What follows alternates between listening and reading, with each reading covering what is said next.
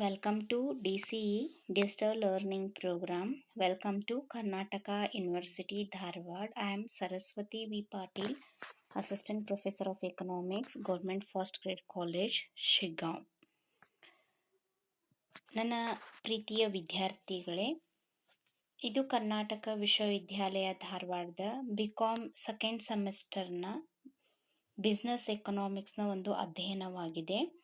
Session 23ರ profit policy and profit planning meaning and functions.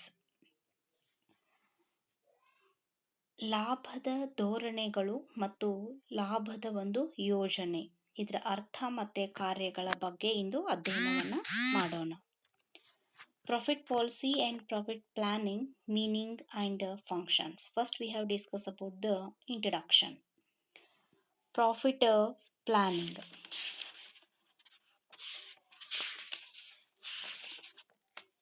Profit planning means is the set of actions taken to achieve a targeted profit level. These actions involve the development of an interlocking set of budgets that roll up into a master budget. All too often, profit planning is merely an annual exercise that management engages in, but does not follow through on. ಪ್ರತಿಯೊಂದು ಉದ್ಯಮ ಸಂಸ್ಥೆಯು ತನ್ನ ವ್ಯವಹಾರದಲ್ಲಿ ಅನೇಕ ಅನಿಶ್ಚಿತತೆಗಳನ್ನು ಹಾಗೂ ಆಪತ್ತುಗಳನ್ನು ಎದುರಿಸಬೇಕಾಗುತ್ತದೆ. ಜೀವನಾವಶ್ಯಕ ಮತ್ತು ಇತರ ಅವಶ್ಯಕ ಸರಕುಗಳ ಹೊರತು ಇತರ ಎಲ್ಲ ಸರಕುಗಳಿಗಿರುವ ಬೇಡಿಕೆಯು ಸಾಮಾನ್ಯವಾಗಿ ಅನಿಶ್ಚಿತವಾಗಿರುತ್ತದೆ.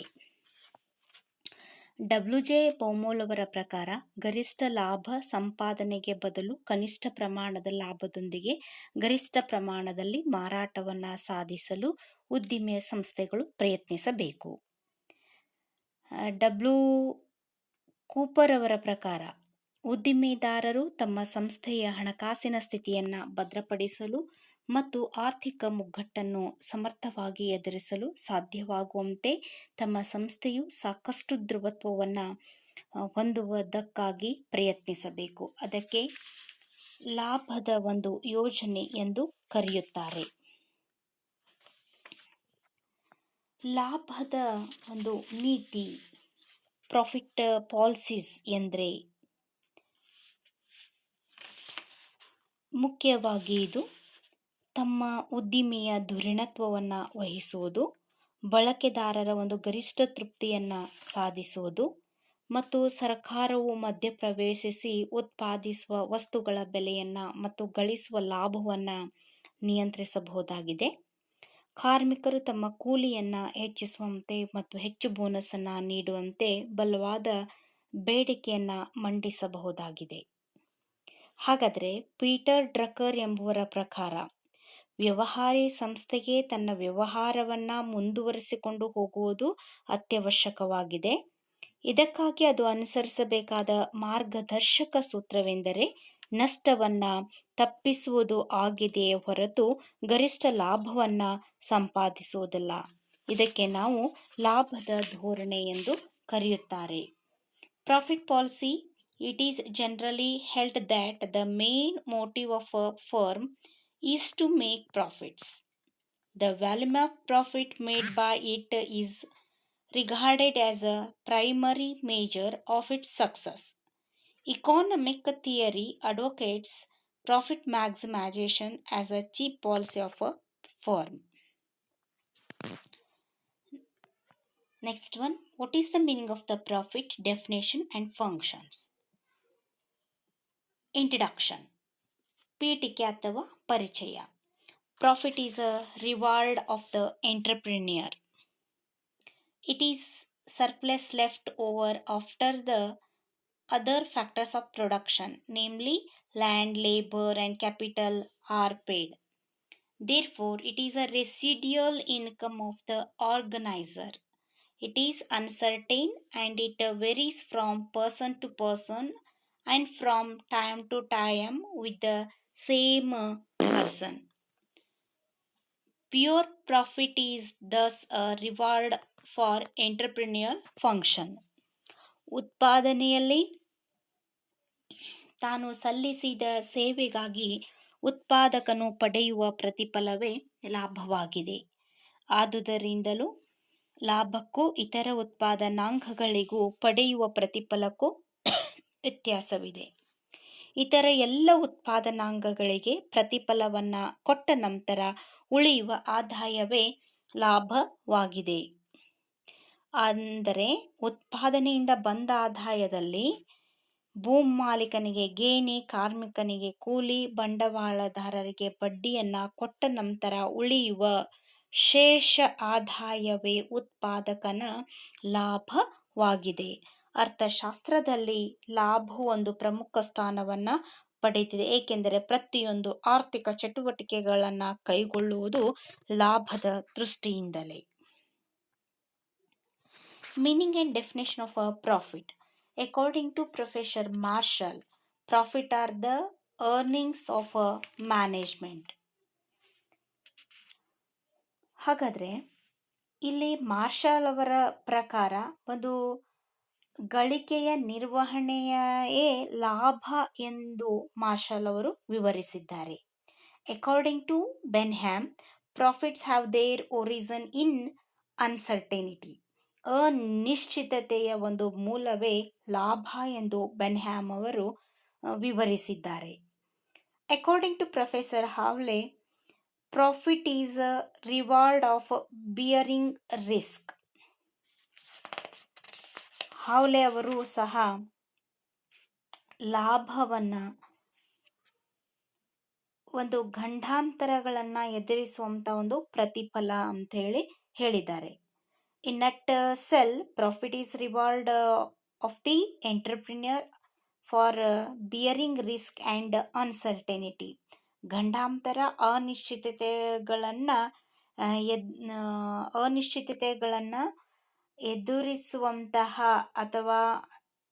ಎದುರಿಸುವಂತಹ ಒಂದು ಪ್ರತಿಫಲವೇ ಲಾಭವಾಗಿದೆ ಎಂಬುದನ್ನು ನಟ್ ವಿಕ್ಸೆಲ್ ಅವರು ವಿವರಿಸಿದ್ದಾರೆ.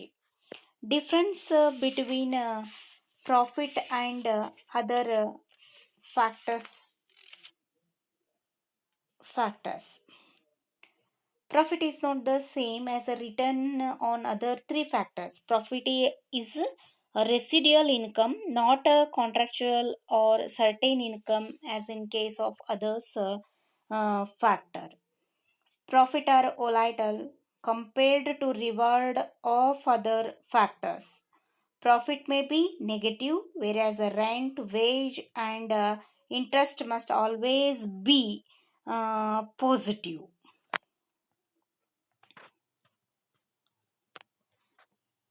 ಹಾಗಾದರೆ ಲಾಭ ಒಂದು ಶೇಷ ಆದಾಯ ಅಂತೇಳಿ ಹೇಳ್ತೇವೆ. ಲಾಭ ಇತರ ಉತ್ಪಾದನಾಂಗಗಳಿಗೆ ಕೊಟ್ಟ ನಂತರ ಉಳಿಯುವಂತಹದ್ದೇ ಪ್ರತಿಫಲ ಲಾಭವಾಗಿದೆ. ಪ್ರಾಫಿಟ್ ಮೇ ಬಿ ನೆಗೆಟಿವ್, ಅದು ಋಣಾತ್ಮಕವಾಗಿರಬಹುದು. ಕೂಲಿ, ಗೇಣಿ, ಬಡ್ಡಿ ಇವೆಲ್ಲವುಗಳು ಸಕಾರಾತ್ಮಕವಾಗಿರಬಹುದು. ಗ್ರಾಸ್ ಪ್ರಾಫಿಟ್, ಒಟ್ಟು ಲಾಭ. Gross profit is the profit a firm makes after deducting the cost associated with the production and marketing of products. ಒಟ್ಟು ಆದಾಯದಲ್ಲಿ ಒಟ್ಟು ವೆಚ್ಚವನ್ನು ಕಳೆದರೆ ನಮಗೆ ಲಾಭವೆಷ್ಟು ಎಂಬುದು ಗೊತ್ತಾಗ್ತೈತಿ. ಅದಕ್ಕೆ ಅರ್ಥಶಾಸ್ತ್ರದಲ್ಲಿ ಒಟ್ಟು ಲಾಭ ಎಂದು ಕರೆಯಲಾಗುತ್ತದೆ. Gross profit equal to revenue minus cost of goods sold. ಹಾಗಾದರೆ ಆದಾಯ ಒಟ್ಟು ಲಾಭ ಈಕ್ವಲ್ ಟು ಆದಾಯ ಮೈನಸ್ ಮಾರಾಟವಾದ ಸರಕುಗಳ ವೆಚ್ಚ ಕಳೆದರೆ ನಮಗೆ ಲಭ್ಯವಾಗುವಂಥದ್ದೇ ಒಟ್ಟು ಲಾಭ ಅಂತೇಳಿ ಹೇಳ್ತೇವೆ.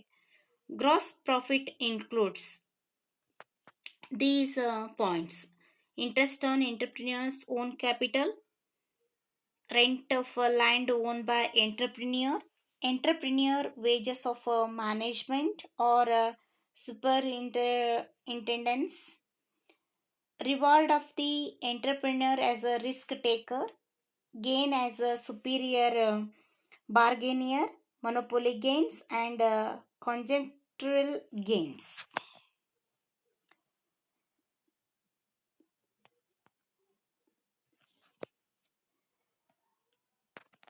ಗಂಡಾಂತರಗಳನ್ನು ಎದುರಿಸುವಂತಹ ಪ್ರತಿಫಲ, ಏಕ ಸೌಮ್ಯತೆಯ ಒಂದು ಪ್ರತಿಫಲ,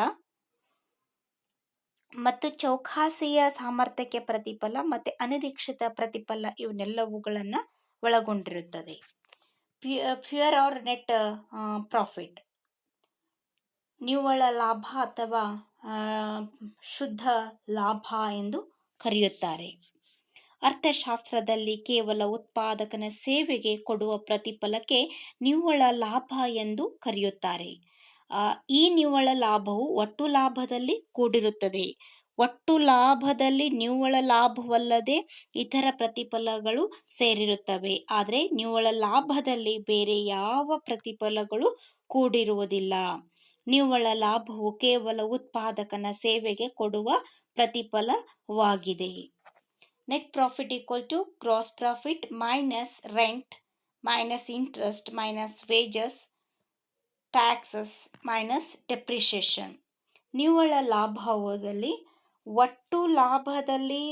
ನಿವ್ವಳ ಲಾಭ ಈಕ್ವಲ್ ಟು ಒಟ್ಟು ಲಾಭ ಮೈನಸ್ ಗೇಣಿ, ಬಡ್ಡಿ, ಕೂಲಿ, ತೆರಿಗೆಗಳು ಮತ್ತು ಸವಕಳಿ ವೆಚ್ಚಗಳನ್ನು ಇವೆಲ್ಲವುಗಳನ್ನು ಕಳೆದಾಗ ನಮಗೆ ಉಳಿಯುವಂಥದ್ದೇ ಒಟ್ಟು ಲಾಭ ಅಥವಾ ನಿವ್ವಳ ಲಾಭ ಅಂತ ಹೇಳ್ತೇವೆ. It expenses and charges exceed revenue, the company incurs net loss, also called net earnings or net income. Functions of profit.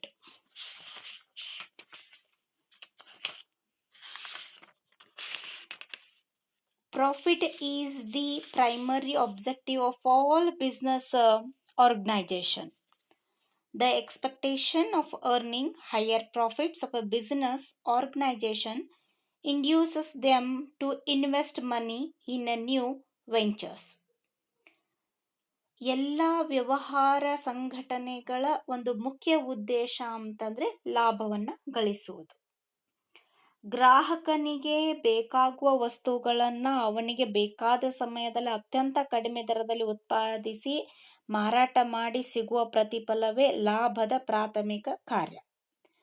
ಹೊಸ ವಸ್ತುಗಳ ನವೀಕರಣ ಮತ್ತು ಉತ್ಪಾದನೆಯ ಹೊಸ ವಿಧಾನಗಳನ್ನು ಅದು ಒಳಗೊಂಡಿರುತ್ತದೆ. ಲಾಭವನ್ನ ಪಡೆಯುವುದು ಪ್ರತಿಯೊಂದು ವ್ಯವಹಾರದ ಮತ್ತು ಕೈಗಾರಿಕೆಯ ಮುಖ್ಯ ಉದ್ದೇಶವಾಗಿದೆ. This result in large employment opportunities in the economy, which further raises the level of income. Consequently, there is a rise in the demand for goods and services in the economy. In this way, profit is generated by business organization play a significant role in the economy. According to Peter Drucker,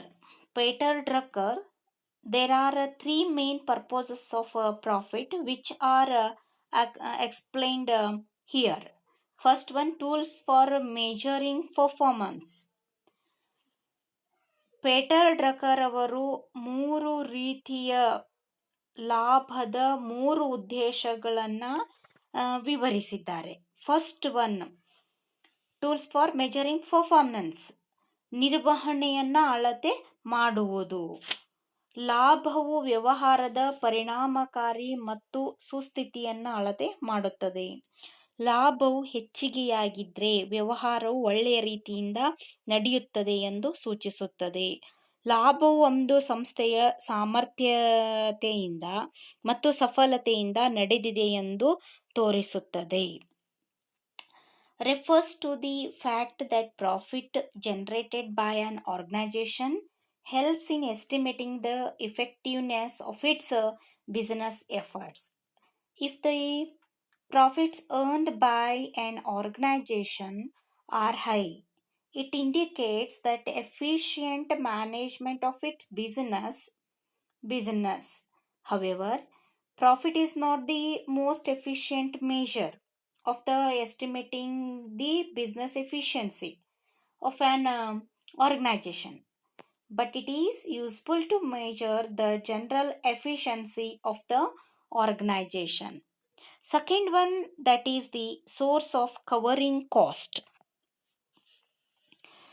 source of the covering cost ಅಂದರೆ ವ್ಯವಹಾರದಲ್ಲಿ ಉಳಿಯುವ ವೆಚ್ಚವನ್ನ ಆವರಿಸುವ ಸಂಭಾವನೆ ಅಥವಾ premium to cover cost of staying in business.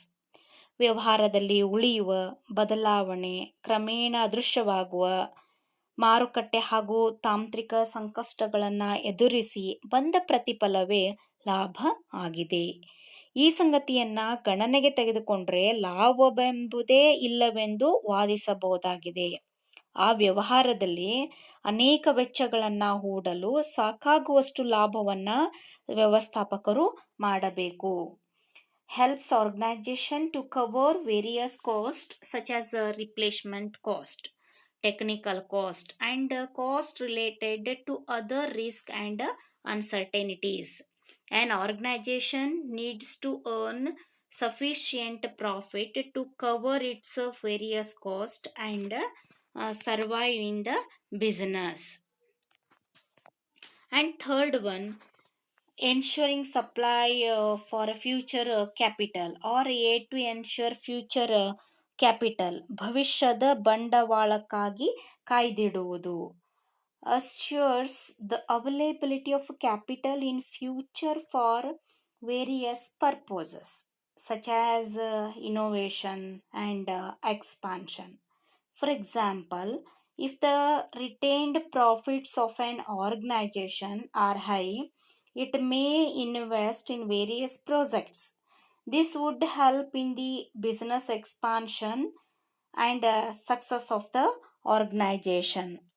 ಲಾಭವು ಭವಿಷ್ಯದ ಬಂಡವಾಳ ಅಂದರೆ ವ್ಯವಹಾರವನ್ನ ನವೀಕರಿಸುವುದಕ್ಕಾಗಿ ಅಥವಾ ವಿಸ್ತರಿಸುವುದಕ್ಕಾಗಿ ಬೇಕಾಗುವ ಬಂಡವಾಳವಾಗಿದೆ.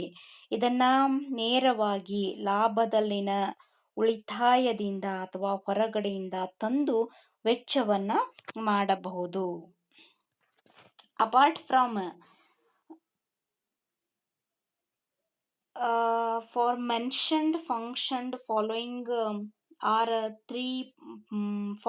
the positive result of high profits. First one, investment in research and development. ಸಂಶೋಧನೆ ಮತ್ತೆ ಬೆಳವಣಿಗೆಯಲ್ಲಿ ಹೂಡಿಕೆಯನ್ನ ಮಾಡುವುದು. R&D, ರಿಸರ್ಚ್ ಅಂಡ್ ಡೆವಲಪ್ಮೆಂಟ್ ಅಲ್ಲಿ ಹೂಡಿಕೆಯನ್ನ ಮಾಡುವುದು. leads to better technology and dynamic efficiency. An organization invests in research and development activities for further expansion. And next one, reward for the shareholders. ಷೇರುದಾರರಿಗೆ ಒಂದು ಪ್ರತಿಫಲದ ದೃಷ್ಟಿಯಿಂದ includes dividends for shareholders. If an organization earns high profits, it would provide high dividends to shareholders. As a result, the organization would attract more investors, which are crucial for the growth of the organization. Aid for economies. ಮಿತವ್ಯಯಕ್ಕೆ ಸಹಾಯ implies that the profit are helpful for economies. Organization generates a high profit, they would be able to cope with the adverse economic situation such as a recession and inflation, etc. And next one, how to earn the high profits in the entrepreneur. Tool to stimulate government finance implies that if the profits generated by organization are high, they are liable for paying high taxes. This helps government to earn high revenue and spend for social welfare. Lastly, conclude this session. It is uncertain and it varies from person to person and from time to time with the same person. ಇದು ವ್ಯಕ್ತಿಯಿಂದ ವ್ಯಕ್ತಿಗೆ ಮತ್ತೆ ಕಾಲದಿಂದ ಕಾಲಕ್ಕೆ ಲಾಭವು ಬದಲಾಗುತ್ತದೆ ಮತ್ತು ಅನಿಶ್ಚಿತತೆಯಿಂದ ಕೂಡಿರುತ್ತದೆ. Pure profit is thus a reward for entrepreneurial function. ಲಾಭವು, ಪರಿಶುದ್ಧ ಲಾಭವು ಒಂದು ಸಂಘಟನಾ ಕಾರಣ ಒಂದು ಪ್ರತಿಫಲದ ಕಾರ್ಯವಾಗಿದೆ. Thank you.